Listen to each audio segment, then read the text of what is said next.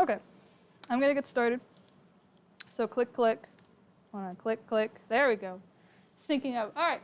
So hello, everybody. Welcome to the scope and pre-production part of this workshop. Yay. Where today we're gonna talk about how to properly plan out your project so you can finish your project. We're talking about this now. I know you're doing a game jam and you're doing like small projects, but there is such a thing called scope creep. Scope creep is the thing that will happen to any project you ever do, and no matter what it is, and game jam projects specifically suffer from this. If you would like a good example of scope creep, do you know Hollow Knight Silk Song? Do you know that it was supposed to come out, I don't know, maybe 2 years ago, but it's suffering from scope creep? That's why. That's why it's not coming out. Because scope creep is when you set down your plan and you keep adding and adding and adding and adding and adding, and you just don't stop. You never finish anything. So pre-production is supposed to act as a roadmap so that you know what you need, what your timeline is, and how much and what you can do in the time that you have. It's a way of managing your priorities of what you need to be in your game to make your game a game, and having that done first, and everything else is typically kind of like the scope creep or add-on if it needs to be. Woo.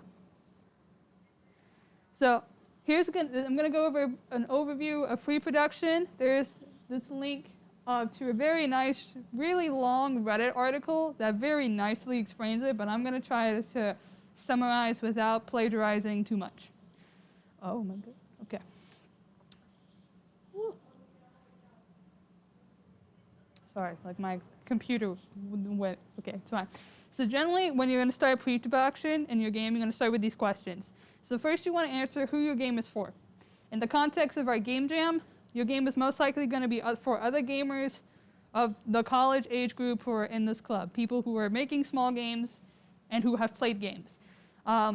This question would also apply in terms of when you're making a game for, say, an educational game for small children. You know, your graphics are going to be a lot more different than a rated M game, like GTA 5, even though children probably play that, but that's beside the point. It depends on who your audience is for, and that's going to drive a lot of decisions that you make. So it's just, you don't have to keep it in mind too much for this, but it's a part for later projects. What is your central gameplay mechanic? What's going to make your game fun? This is basically what your player is going to be doing throughout the course of playing the game. In shooters, it's typically shooting people. That's the point. Platformers, it's typically jumping. And sometimes you can innovate that, and that's where you get the simple statement. So Minecraft, for example, has a simple statement of placing blocks in a blocky world. That's what it is. That's what its statement is. Pokemon's simple statement is catching monsters and battling. The whole premise of Pokemon revolves around getting monsters and battling with them. It is the core. The collectathon and building the Pokedex adds on to the catching of the monsters part, and the battling with the evolution adds on to the general training of monsters. So your game should have a very simple 1 to 2 sentence statement of this is what my game is, and this is why it's fun. You don't want to go into it's kind of like how you pitch a game. You don't want to go into the backstory and this is my character and they're like a superhero from a far off distant planet. No, your pitch, your publisher does not care. The publisher is going to want to know why is your game fun and what does the player do. And if you can identify that, that's going to drive a lot of your decisions, particularly when you get to the game pillars. Game pillars are statements which define your game's core principles. Unlike the essential mechanic, they are statements that you weigh additions against. So say you want a game that has strong role-playing narrative or memorable multiplayer experiences, that's what you want in your game. You're not going to end up adding a hotel management aspect of your game inside of your multiplayer game. It's kind of arbitrary and it doesn't fit with the core value of the game. So you have your central mechanic, and then you have, all right, we're going to have a strong narrative in this game, and anything that doesn't support the strong narrative should not be added as a priority at this moment. Yeah, that's kind of like your pillars. You generally you can have as many as you need for a small game that we're doing right now. You can have your central mechanic, and then your pillar is like what type of art style you're going for, what type of feeling you're going for in the player, and then what type of story and experience you want to drive for the player. And every other decision revolves around, does it fit this pillar? Another question, you need to think out your timeline. For us, we are done with week 1 of this game jam. Ideally, you should be moving out of pre-production and going into production. You have fall break at this point and about 2 more weeks after that. I don't know what your individual schedules are. You're going to have to identify your schoolwork with your team, but you should have a conversation about how much time you can anticipate being able to put into your game and then managing your assets around that time. And you want to give yourself some breathing room, which is why in the email I say you want to aim to finish by the 17th, because then you have the 2 or 3 extra days to the 20th to like polish and then catch up on stuff you didn't quite finish in time. Because implementing is going to end up with bugs. And at least what you want is at least an executable that can run. You want somebody to be able to play your game, so your timeline needs to incorporate the debugging process. So you can't really have art assets. I mean, you could have art assets being done about the 17th and needing to be implemented, but that's going to be chaotic for whoever your programmer is. Finally, what is your pipeline? This is defining what needs to be done in what order. So like a very short pipeline, just so we could fit it, is like you have a designer, they design a level, somebody has to approve the level. In this case, it would be your team. Maybe they get feedback on it. The designer goes to the programmer, they implement the mechanic, and then it goes to the artist who has to make all the art assets to fit the level, and so forth and so forth. So the pipeline is who needs to do what, so the next person can do what they need to do. That's very important to know. That way you don't get bottlenecked. Typically, designers will have, typically in any project, designers and level designers will have the front of the project, and artists and programmers will have a little bit of downtime at the start of the project just because they don't have a lot of final assets to work on.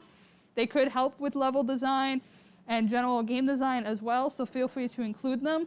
But once you start getting into final production and needing assets, your artists and programmers will get a lot more busy, so making decisions and changes to your level design is not going to make anybody happy. Because then if you make changes to your level design and you're already on the art stage, depending on the type of game you're needing, the artist might need to redo your asset, and nobody's going to be happy if the artist has to start redoing assets, because we don't have the time for that. So just identifying your pipeline and who needs to get what done first is very important to pre-production. Continuing on, prototyping. We've already talked about your central mechanic. You should know what that is and should have it defined. Now you need somebody to make it, and you should make it as quickly as possible. It will look bad. It will look bad. And it does not need to have art assets. If you want to make it somehow pretty, then steal some art assets don't steal them. But take free assets from the Unity store. There are plenty of free asset packs that you can just throw in there. If you want it to not look like a gray block scene, sure, go for it. But you need to start making sure that your game, as a game, one, it's programmable, and you can figure out how to program your central mechanic. And two, it's fun to play. This is the stage where you figure out, is your game fun? Do I enjoy playing this as a prototype? Because no amount of graphics is going to save your game if it's not fun to play. So prototyping is the main test for your mechanic and your overall design. After you've decided on your prototype, after you've decided on your mechanics and your pillars, you're ready to start defining what you want in your game. This can be your narrative. This can be what the artist has to make in terms of sprites. This can be the mechanics that the programmer has to program. This could be the levels that the level designer needs to design. This can be the sound effects that the sound person needs to match up and find and craft, and it's a lot. So it's going to vary from project to project, and it's going to vary from timeline. It's just going to vary. It's you have to sit down and try to think through what your finished product is going to look like and try to write out a list of everything that's going to be in it. You might have some unknown unknowns. There might be things that you don't know that you're going to need. I learned recently that if you have a first-person camera, you have an animation for the walking, and then you might have an animation of just holding a specific object. If you move that hand, it's going to be a separate animation, and then swinging with that object, separate animation. Picking up a different object and hand orientation, separate animation. And that's already like 5 animations just for like one first person walking. So it's something to keep in mind. There are things that you're not going to know that you're going to need. And that's okay because we're all learning. But you're going to have to build in time for figuring out, oh, this needs more animation than I anticipated, or I needed to draw this and I didn't think I was going to have to draw it, or I kind of thought this programming was more simple than I really thought. It's more complex than I thought. So you want to structure into your timeline, coming up with like these solutions. Yeah, that's everything. And then finally, documentation. You want to make a design doc that kind of answers everything we've talked about today. It is the main hub that you refer back to. It has, you can also maybe links to your asset list, which I would recommend using a spreadsheet for. Like having a spreadsheet of one column is your assets, another column is it done, or what stage is it in, such is it blocked out, is it in rough coloring, or is it finished and exported and we do not need to touch it again. That's going to be very important. Just any way you can keep track of everything and just kind of look at your game in as many pieces as possible, and it might get overwhelming. Like once you start breaking it down, but that just means you get to prioritize. Same thing with your timeline. Like when you make your asset list, you want to put it in order of things that are most important, because by the time, if your timeline starts coming up and your due dates, you're going to start chopping off from the bottom of your asset list. Be like, maybe I didn't need that specific vase that I thought I would need. Maybe we don't have time to make 2 different weapon versions and we just have to stick with the one version. You know, it varies, but some stuff has to be like, you need to identify what has to get done and what can possibly be on the chopping block, because you will get to the chopping block. And then also, when you're doing your documentation, you want to write down why you decided to include or exclude things, or any decision that you make. This is important because maybe if you ever pick up this project again, or you're doing a long frame project and you're like a year into development, you won't remember why you didn't have the player swim in this very specific area of the map. And then you're like, oh no, just let them swim. And then you realize that the whole game broke when you did that, but nobody documented that, so now it's broken again and you have to fix it again. So this is why you document these types of changes. Okay, so I've been mentioning this on and off, but this is what I think you should focus on specifically for your Game Jam game. Because we are making a small project, in a very short period of time, we're going to focus on something that's called a polished vertical slice. So imagine your full game, and then like whatever full game you want to do, and then polish up a very small part of it. Like if you're thinking you're going to include 3 levels, focus on making one very good level, and then you can build upon that. If you get this foundation set, like you have something that you're proud of, and you're like, wow, look at this person that runs through this hallway that looks really nice. That's the game. You're able to play it and run around, and it looks good, and it's fun to play. You're great. It doesn't have to be elaborate. It doesn't have to be fancy. It just needs to be somewhat playable and somewhat like, you're proud of it, so that if you should get to the point where it should make you want to go back to do it if you want to. Like, you don't have to continue it further, but it would be nice if like you had a foundation that you'd be like, okay, I can see what I did here and where we can build off of it, instead of trying to like dig up all the pre-production stuff of where did we want to go with this again. I'll talk about gameplay loops in a second.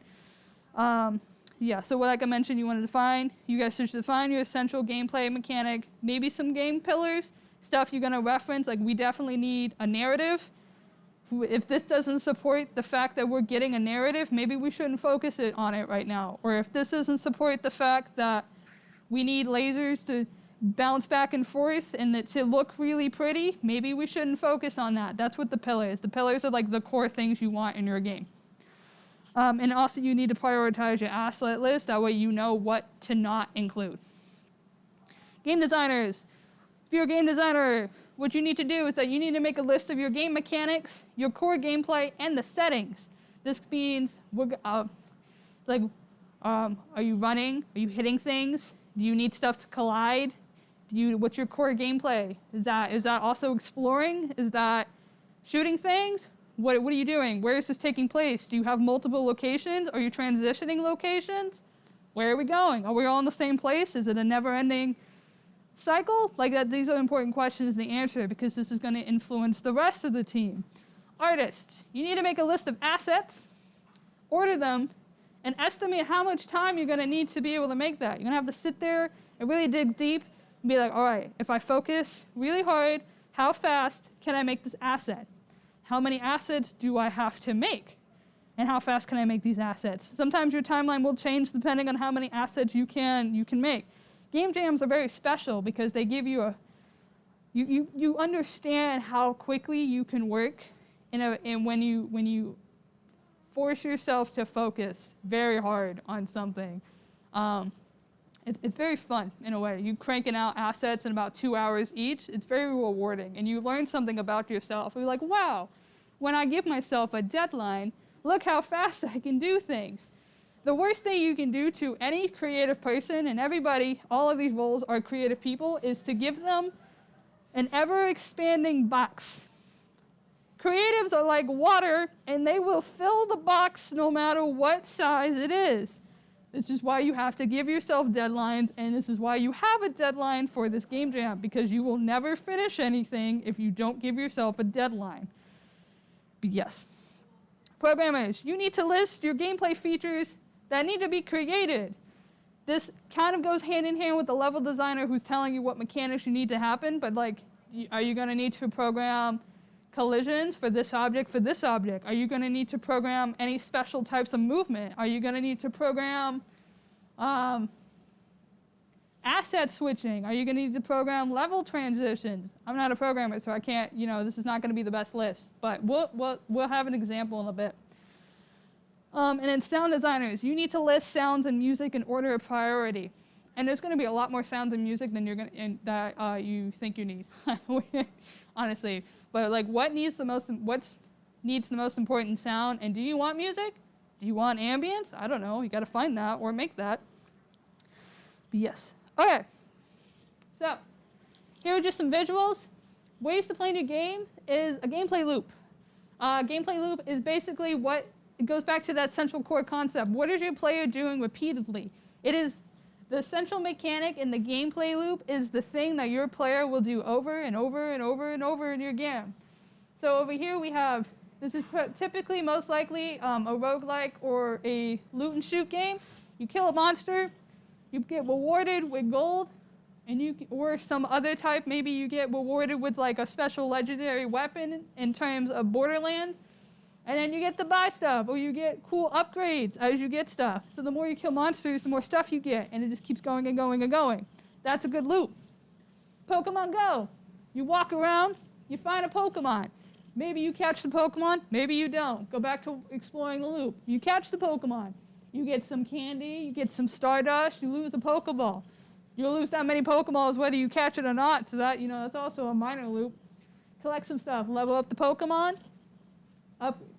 You can level up and get more stuff, or you can upgrade the Pokemon and you keep doing the cycle. Pokemon's core gameplay loop is just collecting Pokemon. Pokemon Go just adds the addition of extra candy and Stardust and other mechanics onto it, but it's still the core loop of you have to catch Pokemon to be able to progress in this game. This is a short video. It's about 5 minutes. We can watch it after if we have time, so I'm not going to play it, but it goes into how to design your core gameplay loops. There are 3 different structures to them. It's like a second by second thing of like what are you doing every moment. there's kind of a medium gameplay loop of like what are your goal checkpoints, like for story progression in a way, like what are your larger goals, and then like the very large one, which means like maybe whole sections that are like out of the scope for this game jam. But for the most part in the game jam, you should focus on what is your player doing second by second. Has someone ever told you about their great game? No! Okay, it's fine. Anyway, wireframes. This is going to be useful for artists. This is a way to visualize what your game is going to look like in a way that is not pretty. Again, you don't want to spend like, this is not the time to spend pretty. This one's pretty. Well, okay, I didn't mean to say that twice. It's kind of pretty. They probably spent a lot of time on that. That's more of like a polished one, most likely.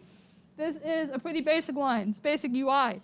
You want to get this started. What does your game look like? Wireframe is going to, I couldn't find a good example of it, but usually, an example, you can kind of see it here. You have your start on you have your main menu in the upper left, and then you choose your ride, and you kind of got the selection screen, and then you have your other selection screen. And so you're drawing out what your game visually looks like when you select something, when you transition, and where your UI is placing. Whether you do this for your game jam or not, it's going to be up to you, the most likely, but it's something you can keep in mind for future games, and that having a wireframe is very good for your programmers to know where to put the UI, because they'll be the ones placing the UI in the game, and also how to set up the transitions of what click does what. And then finally, for you programmers, we have gray blocking. Gray blocking can be 2D or 3D. It's you blocking out the level in whatever way demonstrates what your level design looks like. This is an instance of probably, I don't know, some exploration game that you're going to walk around and see if it's fun. This is the point where you get, if you can get this in engine, that's when you're playtesting your game and just seeing if it's fun. Like this little platformer, is your jump height high enough to reach the platforms? Do you need to adjust your jump height? Can you see the next platform? If you walk around, is your camera too big? Do you know does the player know where they're supposed to go? This is all the stuff you figure out in this gray blocking level before it looks pretty. That way you can change it rapidly. All right. We're going to have an activity. I need you to get into the mindset of whatever aspect of your game you're working on. If you're doing art, I need you to think about your art assets. If you're doing level design or mechanics, I need you to think about that. If you're doing sound, I need you to think about like what sounds you're going to need. We're going to analyze one level of Mario. You can feel free to get your notepads ready, and you're going to see if you can identify how many different assets you need for this one level. This level is 2 minutes of playtime, mind you. Okay, that's what it's going to be. So you ready? Ready to embark on an adventure of the mind? See how many you can count. I'm going to adjust the volume really quick. Hold on. Yeah, that's fine.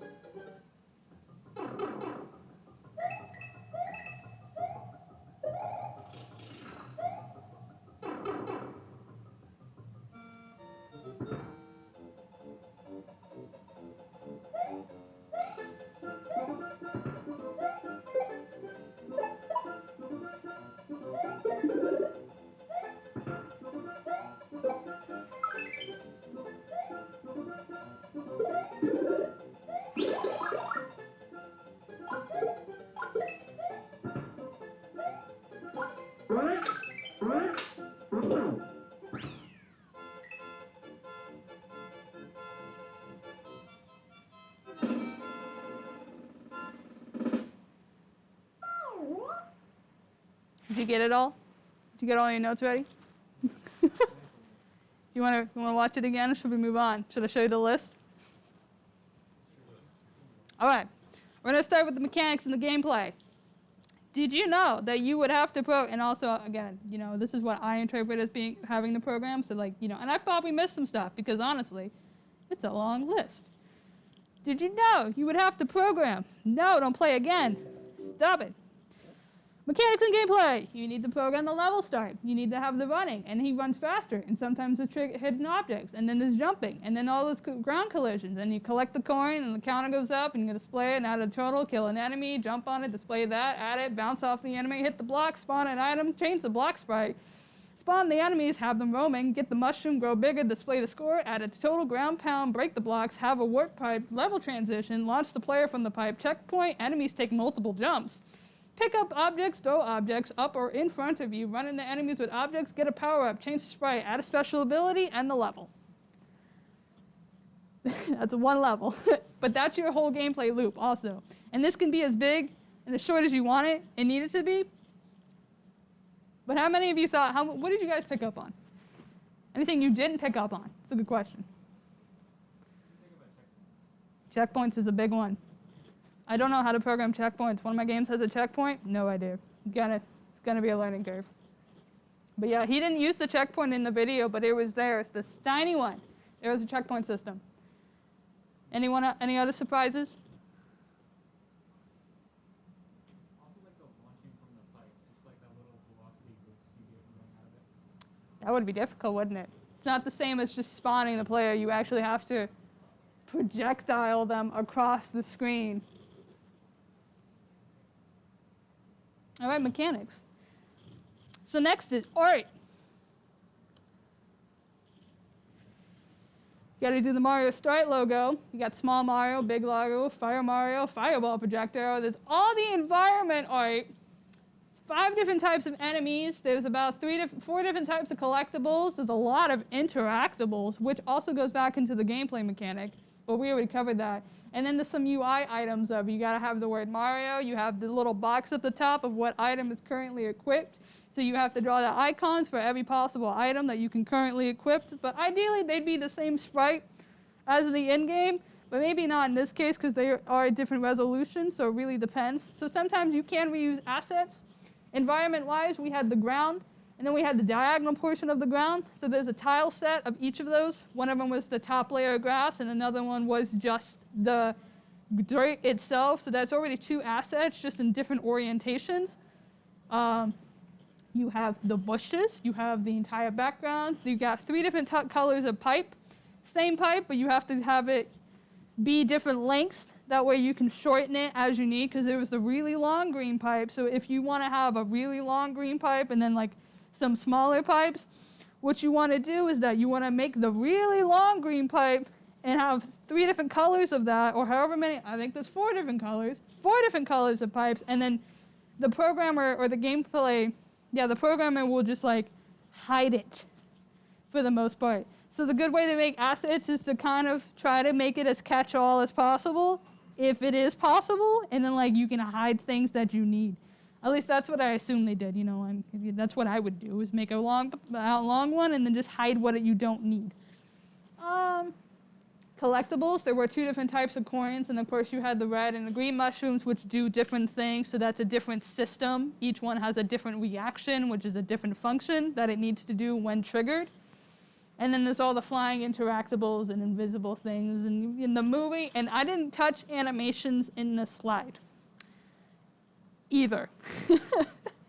Animations, you're gonna have to think about too. For every asset, specifically the player asset and how they're interacting, you need to think about how things are changing and if you're having an animation for it changing. So one example is that you could have a mirror, and you could instantly break the mirror, so that's only 2 different assets. Or like when Mario broke the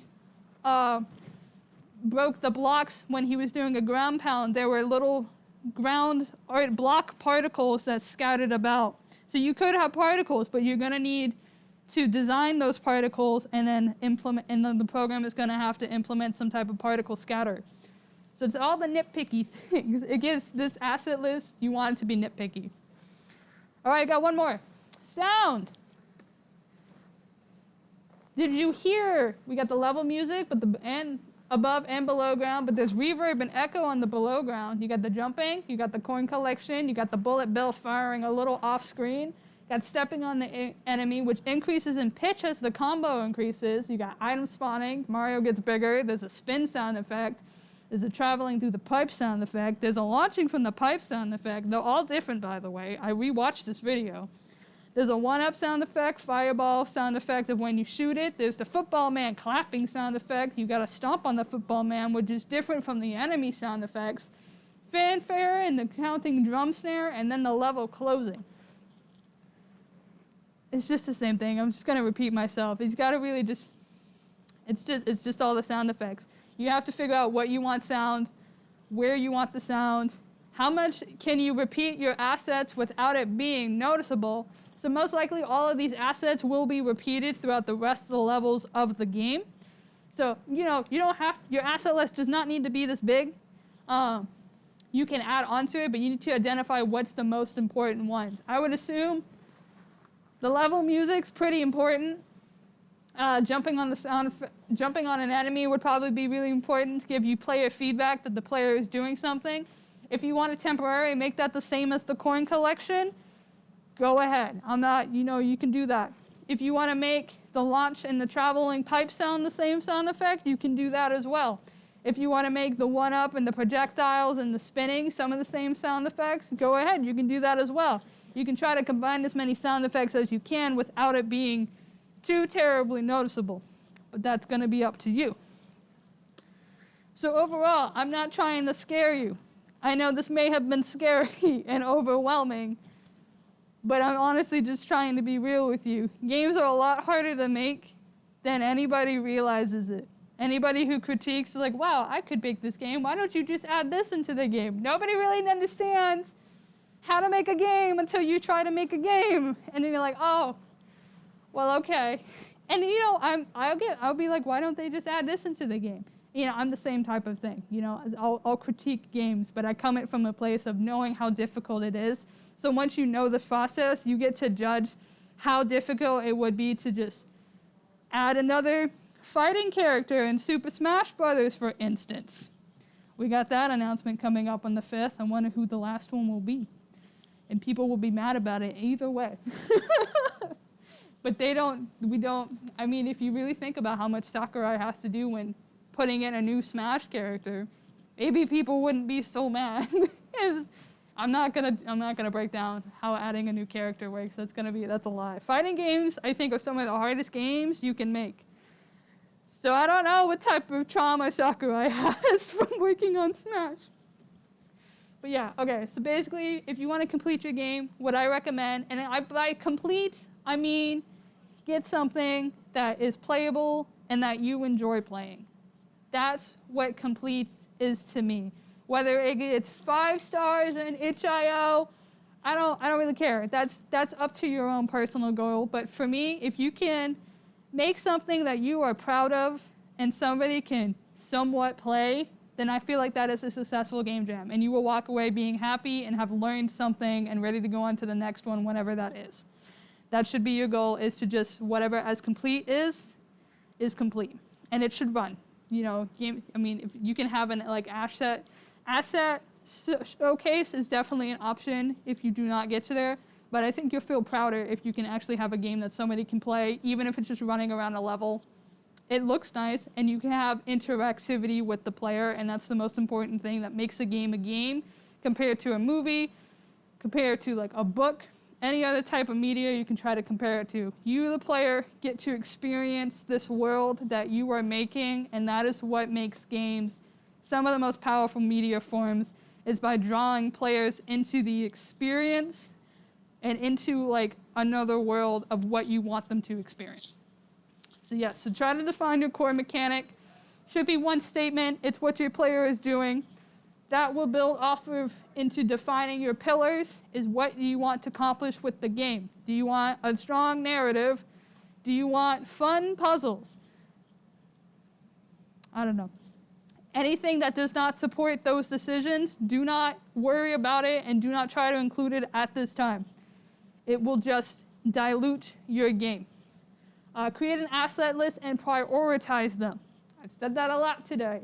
You will cut things in the end because time crunch happens and you panic and you start making things in about 10 minutes. Otherwise, you can do that. It happens. It's a game jam. There's no rule against it. Make as much as you want, as quickly as you want, but make sure you get what's important done first, or else you might make something that doesn't end up getting used. Leave room for things taking longer than you thought, which is the unknown unknowns. There might be things in your asset list you didn't know that you needed to think about because you didn't plan for it, and that's perfectly fine. We are humans. We are individual humans. And not everybody can know everything, and it's a learning process. And as is many of yours first game jam, I don't expect you to know everything that needs to be done for your game. That's fine. It's just make sure you're not still adding things in 2 weeks. You shouldn't still be adding mechanics and adding new concepts. You need to define your concepts, preferably get your essential concept and like a list done by Friday, and if you accomplish that list, good for you. You know, very impressed, honestly. And then, yeah, try to refrain from scope creep until your main gameplay loop, what the player is going to be doing repeatedly, is done and clean, and it feels good. And then you can keep adding onto that, adding additional loops, additional content, additional whatever you want, but as long as the core game is done, then you're great. You're all good. Okay. That is it. That's all I got. If anyone has questions, we can go back and watch the gameplay loop video if you would like. We have time. Yeah, I figured this is going to take 30 minutes. It is 8:30. Woo.